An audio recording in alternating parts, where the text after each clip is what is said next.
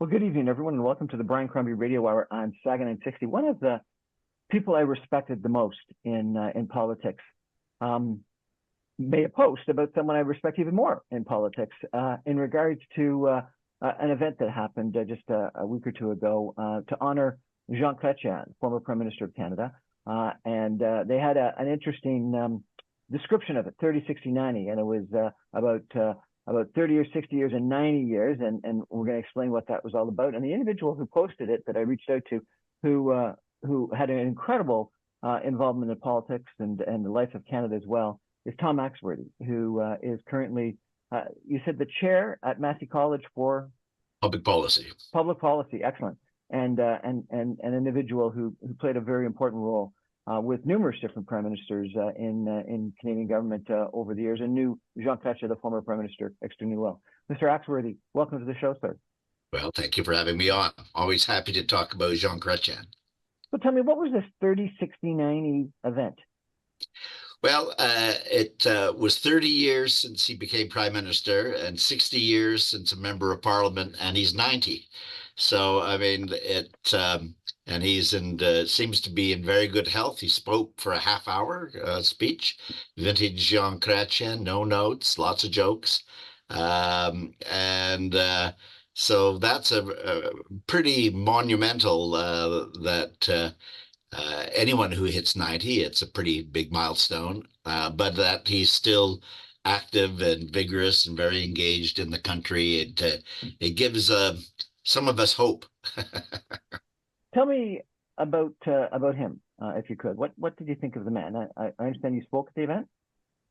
Uh, what I was lucky enough to know Mr. Chrétien well when I was in government, and uh, for the past several years as well. When he retired, he became chair of the Interaction Council of former world leaders. And before Chrétien arrived, was Secretary General, still am, of that organization. That was created by Helmut Schmidt and Pierre Trudeau and others back in the 1980s. And it's an international think tank of former world leaders, men and women who know power, who continue to think about and issue policy ideas and so on around world problems that they take back to their government. So that's a long-winded answer to say I also worked for Mr. I've been working for Mr. Chrétien for the past decade. So I think it's probably fair to say I know him pretty well. And let me just give you one anecdote which probably explains his success as much as anything over this long career that we're talking about, 60 years in politics. And it's this, that when I worked for Pierre Trudeau, I was his chief of staff, and one of my jobs was when there were surveys and polls and so on, we would have political cabinets to assess how the government was doing. And I would brief the senior ministers before that meeting, the Marc Lalondes and Monique Bejans and Alan McEachans and so on, in Mr. Trudeau's government. And they were all very different, and they all asked very different kind of questions. But I would go into Mr. Chrétien, and I'd say, Mr. Chrétien, we have the latest survey. I'd like to talk with you. And he'd say, well, Tom, let me tell you, we are missing out with the working class. They're upset about housing. They're upset about, and I would sit there and I would look at the numbers, and he just knew it. He had one of the greatest intuitive senses of where Canadians were on issues that I've ever seen. And I used to tell him, Mr. Chrétien, I could save $100,000 for the Liberal Party. We just need to talk to you, because he had such a knowledge of public opinion and the country. And how did he do that? Well, he massive traveling. He held virtually every important government job, so tremendous amount of experience, a great sense of humor. He loved talking to people. And he had networks right across the country. Of course, he's from a small town, Shawinigan, in Quebec, but he knew people in small towns right across the country, and that mixture of his own innate skills and this tremendous network he had made him one of the best politicians I've ever known. Um, People like Pierre Trudeau were different, tremendous intellect and visionary. Mr. Chrétien was different in this way that he understood how far he could move and keep consensus, basic consensus around the country. And in politics, which is so divided today, both in the United States but increasingly here, what a skill that is to make those common connections. That's what Chrétien does. And amazing that when he was elected, from what I understand, his ability with English was very rudimentary, if at all. I have a second cousin who was at the event, who was a former cabinet minister, Jane Stewart, and Oh yeah. she was also Minister of Indian and Northern Affairs after Jean Chrétien, and he invited her into one of his cabinets. And she commented at one point in time that she was amazed at how knowledgeable he was of the North, of the portfolio of Indian and Northern Affairs, and how he knew so many people, even in that area. So how does someone that doesn't speak English come to Ottawa and have that breadth of connections and knowledge that you just described and that Jane Stewart described? Well, one of his favorite stories is when he did come to Ottawa as a very young MP. He was mentored by another great politician. We don't talk about him much anymore, Mitchell Sharp, but he was very, very important in Mr. Pearson's governments and later in Mr. Trudeau. So Mitchell Sharp was Minister of Finance, and Chrétien became his, I guess, his parliamentary secretary. And Sharp invited him in, and you were right. Jean's grasp of English at that point was very rudimentary. And Mr. Sharp, as part of his mentorship, called him into a meeting that he could attend with the governor of the Bank of Canada and so on. So they had the meeting, and Sharp took him aside at the end of it and said, "Now, Jean, I'm delighted you're here, but remember, everything we talked about has to be very secret because it would move the markets and so on." And Chrétien said, "Don't worry, Minister, I didn't understand a damn thing." So but he must have. part of it is his personality. I mean, Jean Chrétien is a naturally optimistic, happy person. Now, that sounds trite, maybe, but he's comfortable in his own skin. He enjoys meeting people. He just exudes confidence and an element of joy. And that doesn't mean he can't be tough, but when you see him, you're almost always cheered up to be in his presence. He comes from a family of nine, a very large family, working class family in the Quebec of the time.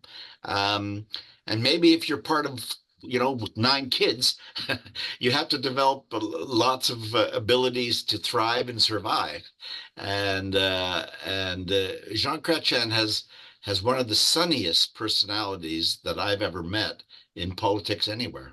Well, wasn't he one of the youngest, if not the youngest, in that family of nine? And so one would think that competing for attention and time, you've got to be Would a good would personality. exactly. But he was also tough, as you mentioned. And given the challenges that we've got in the world today, and in Canada with debt and deficit, some people are saying that Jean Chrétien and Paul Martin, his finance minister at the time, really shepherded Canada through one of the biggest financial crises we've ever encountered in the early 1990s. And frankly, some people are saying that that's what we need today. Maybe we could take a break for some messages. And when we come back, you can tell me a little bit about his government and some of the major policies and things that you think that he did while he was prime minister. Stay with us, everyone. We'll be back in just 2 minutes with Tom Axwothy, former chief of staff to former Prime Minister Pierre Trudeau, someone who knew former Prime Minister Jean Chrétien incredibly well and attended this big event to commemorate 30 years since he was in government, 60 years in politics, and 90 years of life. What a fascinating event it must have been to be at. Stay with us, everyone. Back in just 2 minutes.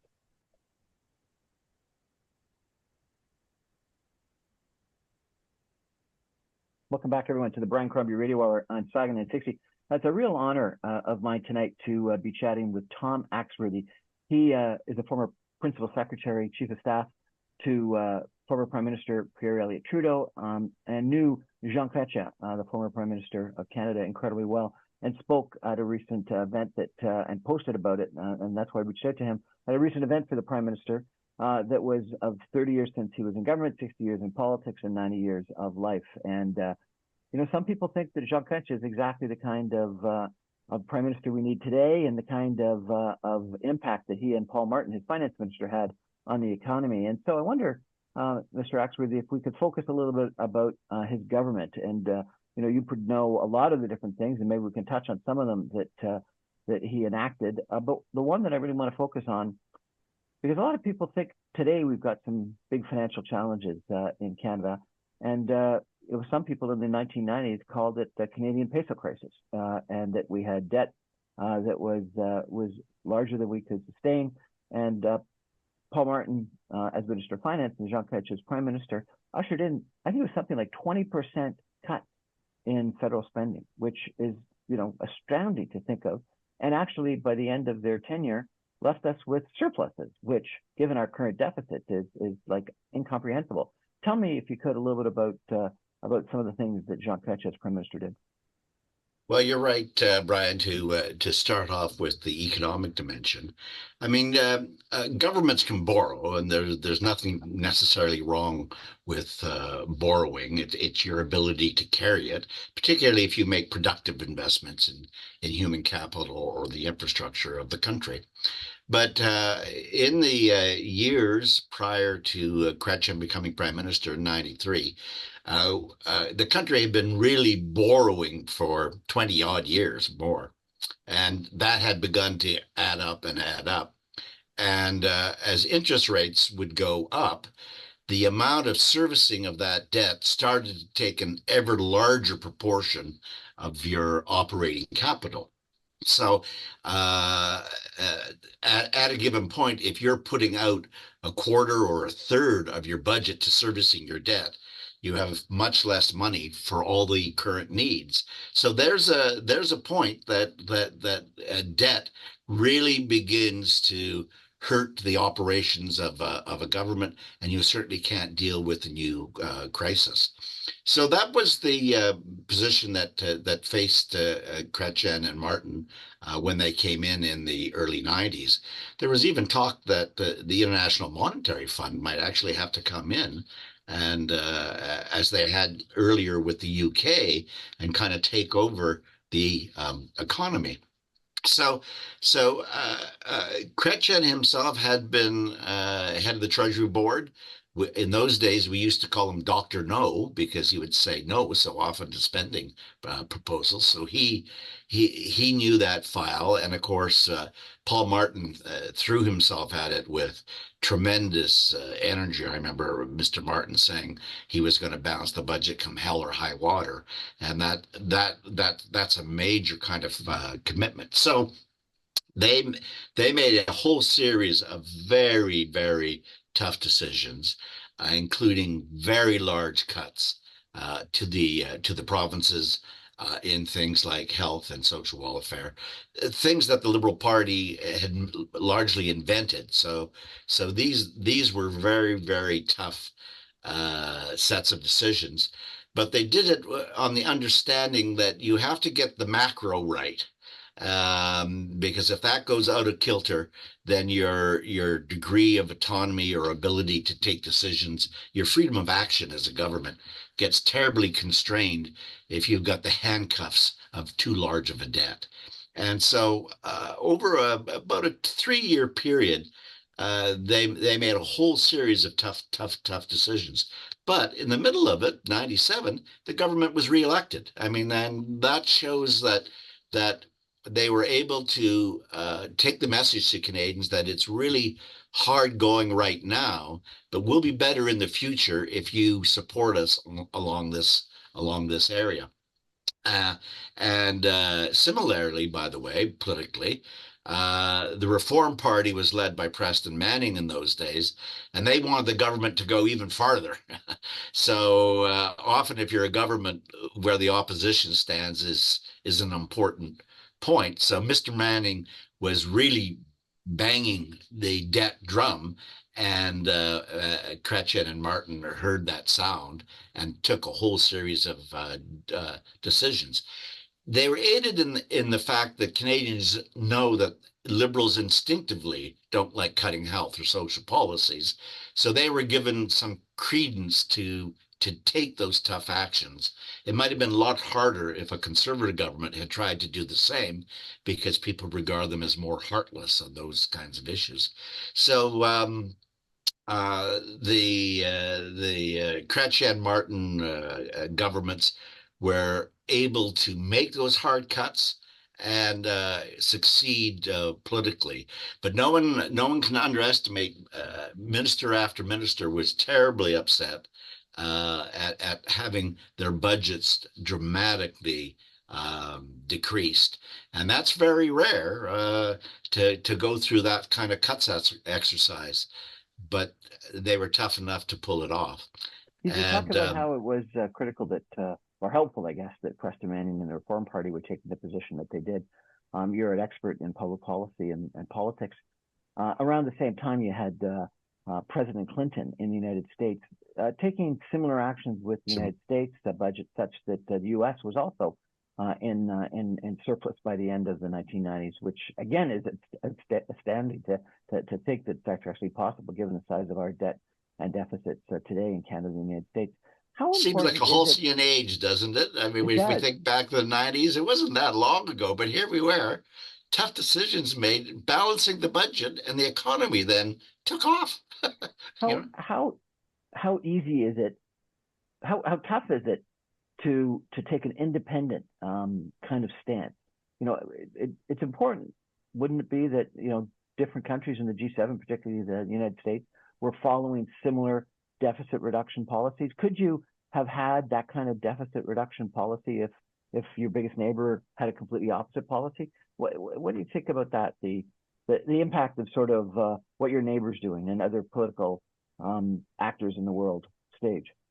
well, it does help that there are organizations like the G7, a meeting of world leaders, and now Martin brought in the G20 to expand that circle. But if you can also begin to develop in rough matter a consensus in the world economy, then these kind of actions are complementary, and that really helps.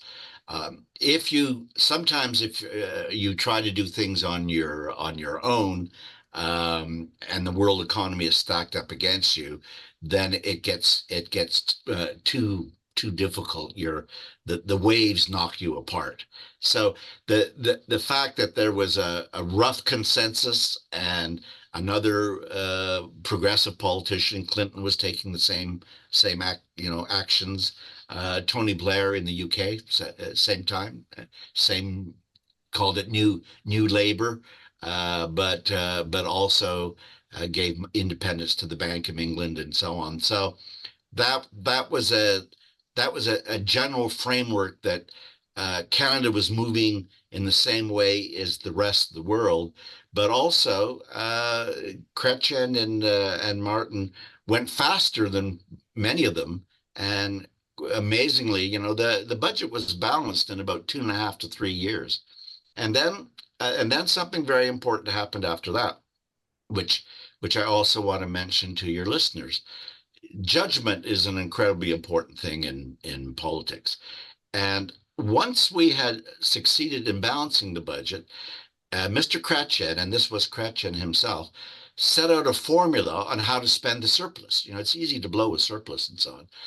But he set out a formula on how to spend that surplus to ensure that most categories of Canadians would benefit from it. And that was that half of the surplus would go back into health and the social welfare side that had been cut in the cuts exercise. So 50% of what we had would go back into social programs to help the most needy, but 25% would go into tax cuts. So that would help the middle class, who are the basis of the country and the economy. They would also get something for the pain that we had all gone through. And then the other 25% was to reduce the debt further. Not saying, in 98, well, the debt's done, forget that, we'll go back to spend. They continued to reduce the debt by about a quarter.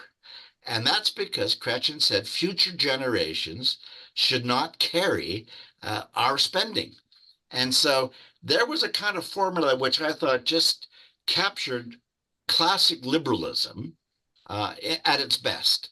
And it was Jean Chrétien who didn't go down one road. He had a balanced approach. And boy, that's smart politics and excellent public policy. What happened? How do we get into the problem we're in right now? Yeah, well, we've got away from that kind of sensible thinking. Uh, it's the pressures now are spend, spend, spend, and it's so easy to spend and add a little bit to the debt. Who's going to notice?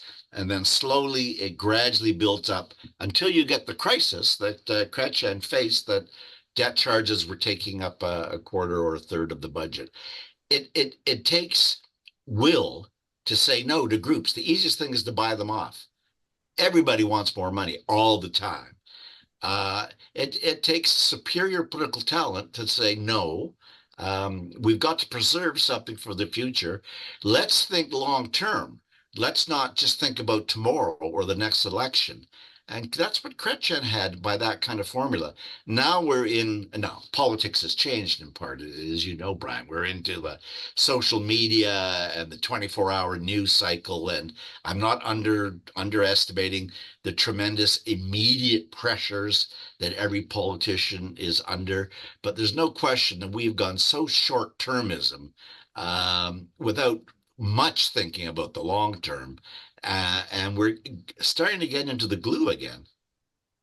Do you think we're getting close to the same sort of situation in Canada and frankly the United States today with debt and deficit at the amounts that we've got? Are we close to the 1990 situation of a potential monetary crisis? We're not there yet because part of it is your ability to how you can service the debt, and I guess I'm not close enough to it anymore. But I'd like to take a look at the books to see how much of the current budget is going into debt servicing. It was pretty dire in the 90s. I don't think we're there yet, but we're on a path to get there, and that's not good. The second thing I wanted to bring up for your listeners when we talk about Chrétien being tough and good decisions for Canada after huge pressures. Now, let's just think about foreign policy for a moment. My brother Lloyd was foreign minister under Mr. Chrétien. So two things happened in the foreign policy file. Canada was a tremendous world leader in suggesting innovative new ideas like the landmine treaty, the responsibility to protect the International Criminal Court. Those were all things where Canada wasn't a follower. We were some of the first to do the studies and do the work. And on the landmines treaty, we brought countries to Ottawa when the United States refused to come. So the Chrétien government took foreign policy very seriously and very innovatively. And then, of course, when there was the tremendous pressure from the United States, our own business community, the Conservative Party at the time under Mr. Harper, for Canada to join the United States in the Iraq War, Chrétien said, no, there's no evidence. Give me the evidence. And when the evidence came up, he knew right away it was phony, which subsequently has been proven. But they're under pressure from the United States and huge pressures from those who want to go along with the United States. A superpower was demanding that we join them in this coalition. And this was a Canadian government that said, no, we're not going down that path. So stop and think about that. Long-term decision making around the economy, innovative decisions to lead the world in a progressive way on foreign policy, and strong enough to say no when the superpower is wrong. That's the kind of leadership we used to have. You don't think we have it today? Well, as I said, it's a different world, but I don't think uh, we have. Chrétien was an exceptional prime minister. Before that, Pierre Trudeau was an exceptional prime minister. Brian Mulroney made tremendous positive changes in the country in terms of the GST. One reason that Chrétien and Martin were able to get us out of the deficit is that Mulroney's government took all the hit of bringing in the GST tax, which people hated, but suddenly that really helped Chrétien and Martin to have the revenues to help us get out of it. Uh, I'm trying to think now of those were all longer term decisions. Trudeau with the charter and Mulroney with the GST, and Chrétien balancing the budget and so on. I'll ask you, Brian, what long-term decisions have we had recently that one can clearly point to are setting us off in the new direction in a much more positive way? Everything seems to be much, to me anyway, much more transactional. You got a problem, I'll try to solve it. A little bit here, a little bit there. Yeah, I tend to agree with you. I ended up having a quiet chat with former Prime Minister Brian Mulroney at one point in time, and he said that his two proudest moments were the GST and free trade, and that those were very controversial, extremely controversial. John Turner, obviously in the Liberal Party at the time, campaigning against free trade. And he said the dumbest decision ever made economically was Stephen Harper's decision to reduce the GST by 2 Reduce points. the GST. Yes. And he said, "We'll rue the day that Yeah. that decision was made." And I think it's kind of interesting, and I think you're right. One of my proudest moments as a Canadian was the Canadian Constitution, the Bill of Rights, the Charter of Rights, and the picture that I think I have somewhere of Prime Minister Pierre Trudeau signing the document was sitting beside the Queen, and right behind, I believe, was Jean Chrétien. So he played an important role in numerous portfolios before he became Prime Minister. Yeah, yeah, you're very right to bring that up when we talk about the accomplishments of Pierre Trudeau, of course, around the Charter of Rights and the Constitution. We should never forget that his right-hand man was Jean Chrétien. Uh, Chrétien did the day-to-day negotiating with the premiers and the attorney generals of the provinces, and it was a very good partnership between Trudeau and Chrétien in this way. Chrétien, because Trudeau was pretty tough too, and Chrétien, in trying to negotiate, would be going to the premiers and they would be saying things, well, we need this, Jean, and Chrétien would say, I don't think I can persuade the boss. And he would go back to Trudeau and they would go back and forth. But they were able to have a very strong partnership finally to get that deal that took so long to achieve. Really, a generation people have been working on it. And while we're talking about politics, I also want to say something about Pierre Trudeau because I've talked about the warmth and the intuition of Jean Chrétien. Let me say something also about the strength of Pierre Trudeau. That uh, when and this is very rare in politics. Politicians, there are policy ideas and you pick them up and you put them together. And I'm in the policy making world of ideas. That's what you do at universities and think tanks.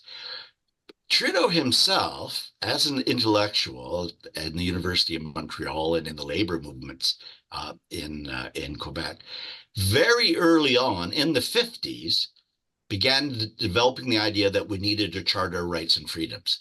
I think Frank Scott, a famous law professor and friend of Trudeau's, may have been the first.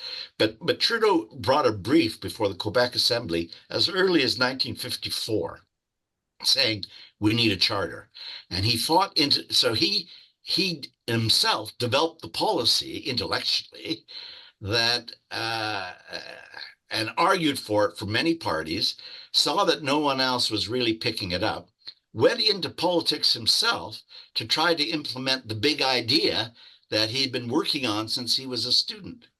And then not only went into politics, then succeeded in becoming leader, then persuading the Liberal Party to go for the charter, and then persuading Canadians to go for the charter, and then eventually premiers to go for the charter. So we also have a rare example in Pierre Trudeau of a transformation. The charter has changed the framework of Canadian politics and Canadian life, and that's a transformative prime minister. And the person who helped him the most to bring that about was Jean Chrétien, with Trudeau with the big idea and Chrétien doing the nitty-gritty work of getting it implemented. And then when he became leader himself, Chrétien had another great moment, and that was, I'm going to balance the budget the first time in 30 years. What an incredible experience that you've had to see these two gentlemen and others like them up close. Just a wonderful experience, and thank you for sharing some of this with us. We're going to take a break for some messages and be back in just 2 minutes with Tom Axwothy talking about Prime Minister Jean Chrétien, but also touching on former Prime Minister Martin and Trudeau as well. Stay with us, everyone. Back in 2 minutes.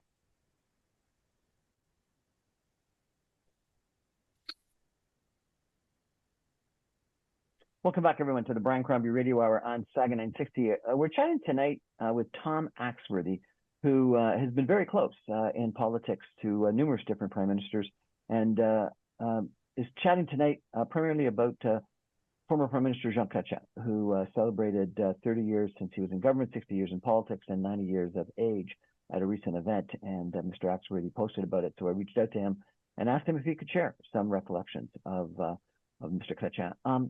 Mr. Axwothy, I wonder if we could take a step back for a second and talk about you. You know, what an incredible opportunity that you've had to work for former Prime Minister Pierre Elliott Trudeau, for Jean Chrétien, et cetera. How did you become Chief of Staff to Pierre Trudeau? Well, I don't know if your listeners are really interested in that, but perhaps there's a bit of a lesson there in my own career, particularly if you have any young listeners who are interested in politics and want to get involved. That I'm from Winnipeg. I'm in Winnipeg now as we're speaking. The happy temperature about 27 below. So I'm very glad to be talking to you rather than outside shoveling. But the 60s were a time of political activism. That's when I was in school. There was the example of President Kennedy and you know, it was an exciting time to try and change society. We all want changes. That was a real motif in the 60s among my generation. And I became very active in student politics at United College, a church-run college in Winnipeg, and also joined the Young Liberals, the political organization with Mr. Pearson's government. And so I was a young guy, had some facility to write.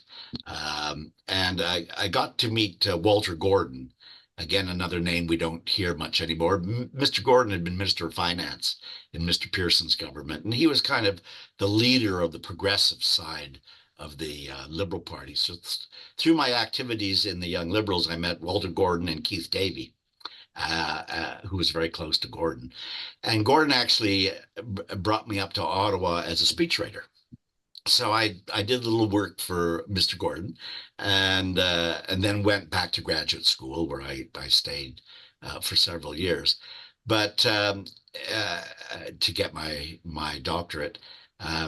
But Keith Davey then was not only important in the Pearson government, but subsequently Pierre Trudeau brought Keith Davey in to advise him on politics and to be his main political advisor. Keith Davey and Jim Coots. And Keith was called the Rainmaker. And he became I met him through Walter Gordon, and then Keith really became my mentor in politics. So when Keith came back to assist Mr. Trudeau after the near defeat in the 72 election, I was at Oxford University, but one of the first calls I got was from Keith Davies saying, "Tom, you got to come home." and uh, and through Keith, I met Pierre Trudeau more intimately and worked on the 74 campaign, and then subsequently stayed with Trudeau doing different kind of jobs. I was a speechwriter, an advance man, then an advisor on Western Canada, and then eventually senior policy advisor, and then principal secretary. But I moved up because I was given the opportunity. Doors were open for me by Walter Gordon, Keith Davey, and Jim Coots. They were all more senior than I was, but they were open to young people and young ideas. And each of them were tremendous mentors, not only to me, but to others. So in my own career since, I've tried to, in a much smaller way, equally be as interested in young people, which is why, well, I love university teaching so much, because I meet young idealistic people, which was the way I was in the 60s. I had not a similar experience, but an experience where I was a member of the Young Liberals and was at an executive position and got invited in the mid 1970s to an event with Pierre Trudeau when I think the party was not doing well, and he really wanted to reach out and understand what people across Canada thought, and it was one of the most incredible experiences for a young guy at the time. I remember driving up to Ottawa, and we spent the better half a day. I think it went from probably 9:30 until 1 o'clock or something like that, where every single person in the room, and there probably was more than 2 dozen, talked about what they thought the issues were in the country, and Pierre Trudeau sat and listened to them all. And then after lunch, he responded, and he remembered names, and he remembered the issues. And he would say, and as Brian said, this was an issue. Mm. He was incredible at synthesizing, remembering, and then synthesizing what different people had said. I thought it was a tour de force. I was really quite impressed. I got to ask you though. I read an article in the paper that the Liberal Party in Canada has lost young people, and one of the comments were that young men are very supportive of Pierre Poilievre, and a recent poll came out saying that females over the age of 40 are still supportive of the Liberal Party and Justin Trudeau, but females under the age of 40, based on polling, are no longer. Has the Liberal Party lost its connection with youth? Well, I think that the Liberal Party is losing its connection with Canadians in general, in this way that you just mentioned the intimate one-on-one relationship between Pierre Trudeau and a group of liberals who are active liberals in the party, right? So being a member of the Liberal Party used to mean something. Conventions weren't just photo ops. We weren't just cannon fodder to send money into the party. Uh, Politics has, in my view, regressed to algorithms. You look at an electorate and you dice it up into small little segments, and then you say or do what those segments want. And you run your politics not through a great voluntary party with lots of diversity. You run it through a small group of people who are skilled in mathematics and skilled in technique, but have very little to do with the human dimension of the party, because the party has been weakened, riding presidents, the fundraising, and so on. The party used to be an enormously important voluntary organization that also put a check on leaders. Leaders couldn't ignore it. They because riding presidents and others had the chance to do something if you got too far off base.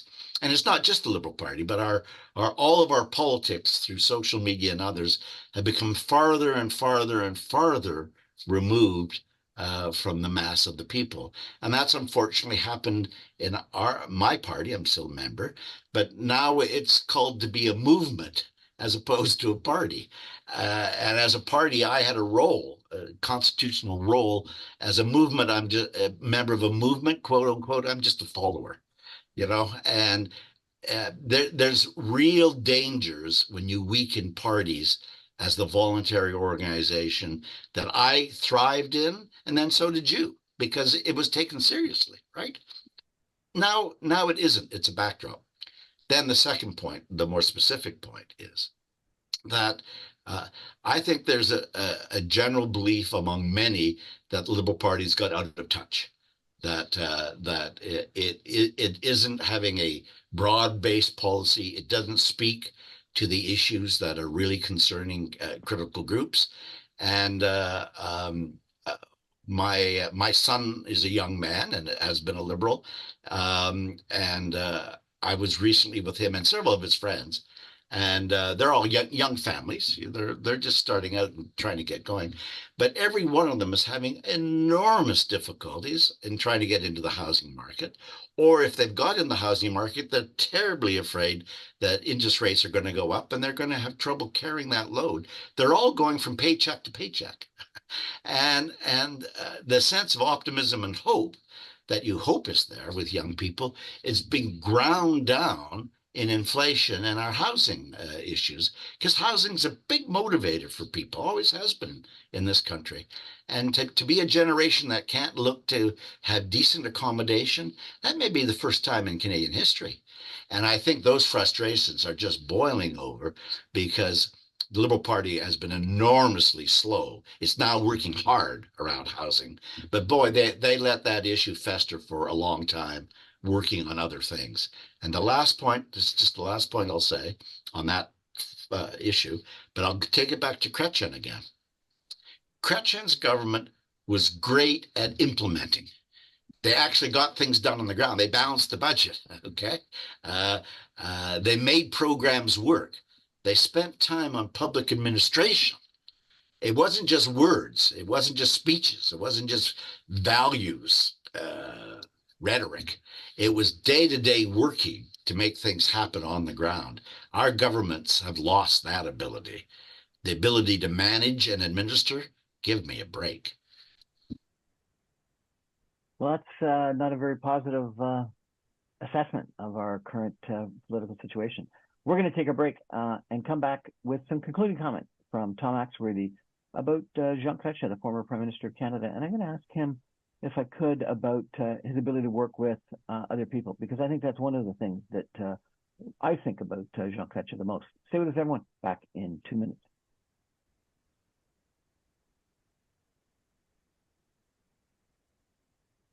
Welcome back, everyone, to the Brian Crombie Radio Hour on Saga 960. My guest tonight is Tom Axwothy. He was a Principal Secretary, Chief of Staff to Pierre Elliott Trudeau, former Prime Minister of Canada, knew Prime Minister Jean Chrétien extremely well. He's currently the chairman of the public policy area at Massey College, and he's been involved in politics almost your whole life, it would sound like, and you're obviously very close to it in both the past as well as the present in your current function. I got to ask you a question. I have been, as I mentioned, also not nearly to your extent, but involved in politics. And one of the things that I think about Jean Chrétien is that there was a partnership, albeit with some tension between him and Paul Martin, but there was, it would appear, a partnership. One of the things I think about with Pierre Trudeau is that he had, as you mentioned, McEachern, Lalonde, Chrétien, numerous different people that I think Canadians could think of. I was listening to a radio show recently on a different station, and they asked, name 3 cabinet ministers other than Chrystia Freeland. And, all of the people had real troubles naming the cabinet ministers. Do we have a situation today where people don't have partnerships, don't bring other cabinet ministers?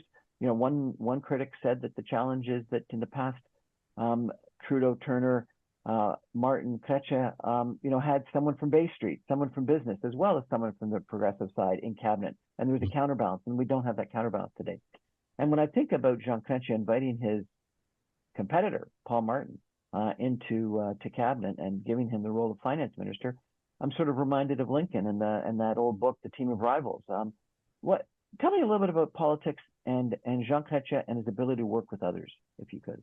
Well, you make the essential point that no one person or no one faction or no one ideology has a monopoly of the truth. There are differing interests and there are differing values, And in running a great country, a diverse one as our own, many different perspectives have to be taken into account. You need cabinets and others that reflect that diversity. You don't just need a court of advisors around you. And we have developed I mean, I was chief of staff. I ran a prime minister's office, but the amount of control, micro control, that the offices of Stephen Harper and now Justin Trudeau have is remarkable. I mean, they even appoint the chiefs of staff to the ministers are appointed by the center. I can just imagine myself going to Alan McEachen or Jean Chrétien and saying, "Oh, I've got someone who's going to be your main advisor." They would have kicked me out of the room. But now there's just an overweighting at the center. And that reflects the ability of and we don't even have regional ministers anymore, Brian. Regional ministers like McEachen or Lloyd in the prairies had real clout. We don't even have regional ministers because the center doesn't want people to have clout. They want them to take their orders. Uh, that's a very different mentality. Now, Chrétien was of the old school. He grew up in the Pearson era, when you had Mitchell Sharp, who was a more conservative liberal, and Walter Gordon, a more progressive liberal. They were all in the cabinet and let 1,000 ideas contend. So when he became prime minister, Paul Martin, who had run against him for leader, he gave him the second most important job, and then backed Martin up in all those tough decisions that we're talking about. Now, once the tough decisions were made and the great achievement was done on the balanced budget, then eventually that partnership frayed for lots of different reasons. But in that working time, they really did work together. And and it's because Chrétien let his ministers run departments. He didn't run them. He let them do it. I remember with my brother wanting to do the landmines treaty and calling up the prime minister for his support. He explained it, and Jean said, "Well, if you make this succeed, great, and if you don't, you're out of a job." But but he didn't say, "I'm going to run it." And ultimately, Chrétien was very helpful in calling certain countries to come aboard. But you have to be confident enough in yourself to let others bring their talents to bear. It's decentralizing and making cabinet not a focus group to hear what the leader or the leader's advisors want to say, but a genuine decision-making body that works on implementation.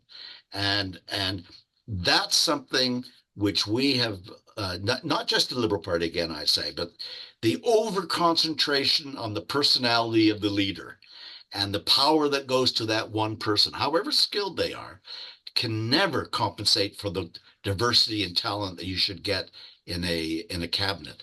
And within a party and with any system of government, you need to have checks and balances. Leaders have to be held accountable. You need people with real power to hold you in check when you're wrong. And that's what's beginning to be missed in Canadian politics. Last question. How will history remember Prime Minister Jean Chrétien? They'll regard him as one of the most successful prime ministers in our history, and possibly the only one, maybe Sir John A. Macdonald, who when he left office was just as popular as when he arrived. No one else has been able to do that. Tom Axwothy, thank you so much for joining us tonight and sharing your thoughts about politics, about Jean Chrétien. Really appreciate it. That's our show for tonight, everyone. Thank you for joining us. I remind you, I'm on every Monday through Friday at 6 o'clock. You can stream me online at www.saga960am.ca. All my podcasts and videos are available after the fact on my website, briancrombie.com. Thanks, everybody. Good night.